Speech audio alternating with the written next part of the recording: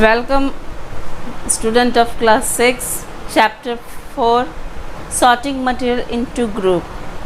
First ये third video है. First और सेकंड वीडियो में हमने ऑब्जेक्ट और मटेरियल के बारे में और प्रॉपर्टी के बारे में देखा था.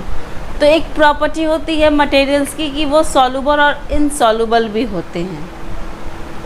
सॉल्युबल यानी कि some substances mix with water and disappear after some time, यानी कि some solid और liquid substances जो होते हैं वो वाटर में आसानी से मिक्स हो जाते हैं और वो सब्सटेंस सॉलिड या लिक्विड जो भी है आपको कुछ समय के बाद नहीं दिखाई देता है, यानी कि वो वाटर में सॉल्युबल हो जाते हैं.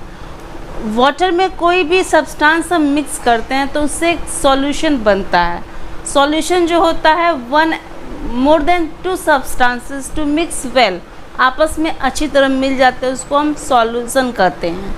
जो उसमें हम पदार्थ मिलाते हैं उसको सॉल्यूट कहते हैं और जो जिसमें मिलाया जाता है वाटर उसको सॉल्वेंट कहते हैं.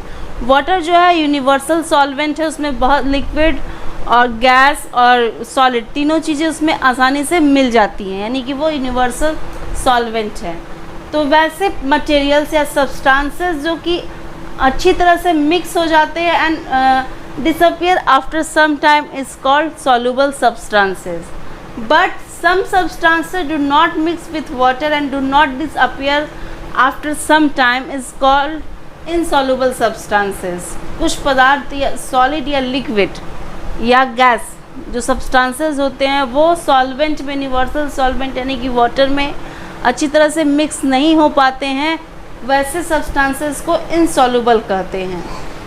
कुछ सब्सटेंसेस का यहाँ एग्जाम्पल हम दिए हुए हैं जो mixing different solid material into water. Solid material यानी कि आप सॉलिड मटेरियल जो हैं salt, sugar, sand, chalk powder, ये सब सॉलिड मटेरियल हैं. वो इनमें से कौन कौन से सॉलिड मटेरियल आसानी से डिसअपियर हो जाते हैं वाटर में और कौन कौन से नहीं होते हैं.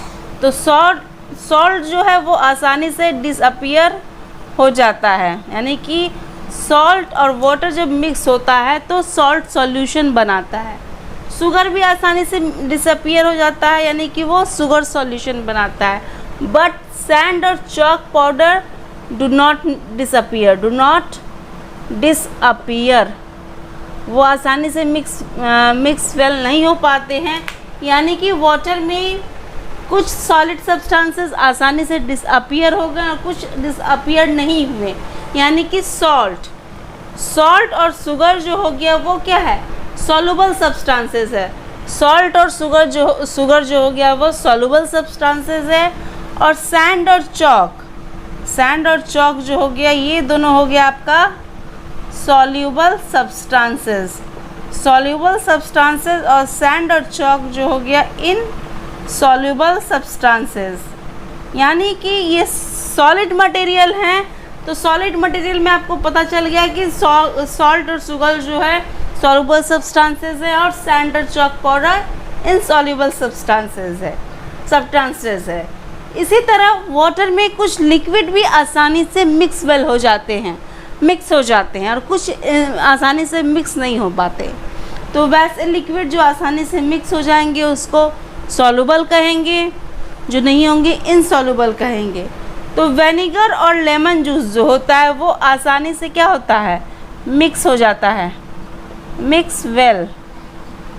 बट मस्टर्ड ऑयल या केरोसिन, कोकोनट ऑयल, ये सब जो है वो फ्लटिंग करने लगते हैं, ऊपर तैरने लगते हैं, यानी कि does not mix,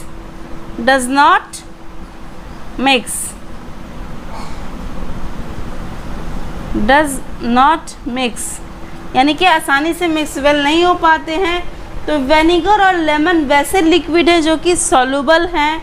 mustard oil, kerosene, coconut oil ये क्या है, इनसॉल्युबल लिक्विड हैं जो कि वाटर में आसानी से नहीं घुल पाते हैं.